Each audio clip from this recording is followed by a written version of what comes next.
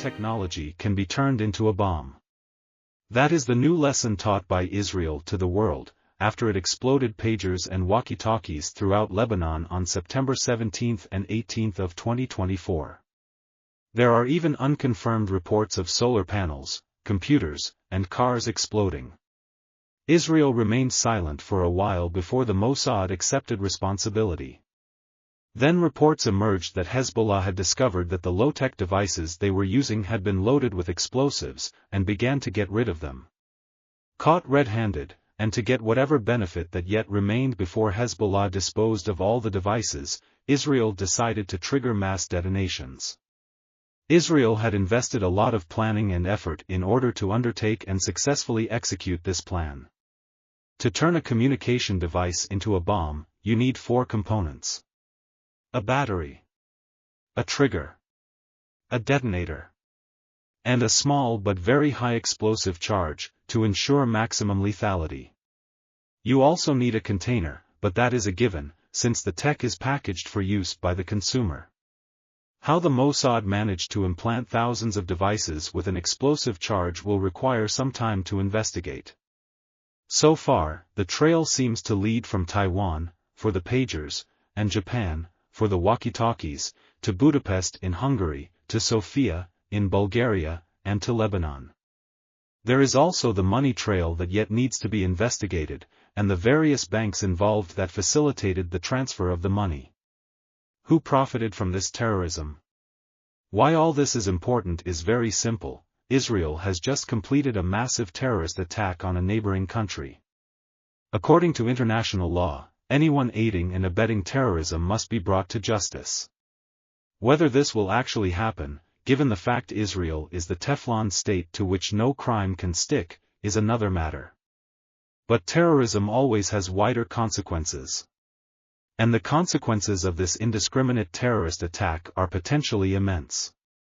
First, there is now the fearful distrust among ordinary people of all smart technologies, since any consumer of this technology can be made into an easy target by anyone who can disrupt the supply chain, leaving aside the matter of hacking and cyber attacks. Second, how can we know which tech industries are not infiltrated by nefarious agents, who might want to use smart products to harm us?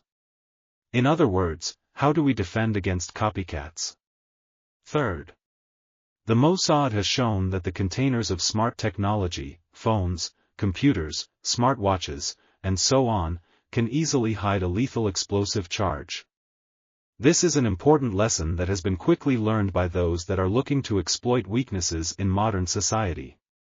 Fourth, it will not come as a great surprise that a state can undertake terrorism. But the pretense of innocence is now torn asunder. Israel, by its own actions, has shown that it is hardly the defender of civilization against so-called Islamic barbarity. For all the press given to Islam as a great threat to the West, it is more and more obvious that it is the West that brings massive lethality to the people of the world. Just ask the poor people of Gaza and Ukraine. Thus, the narrative of civilization versus barbarity has been destroyed.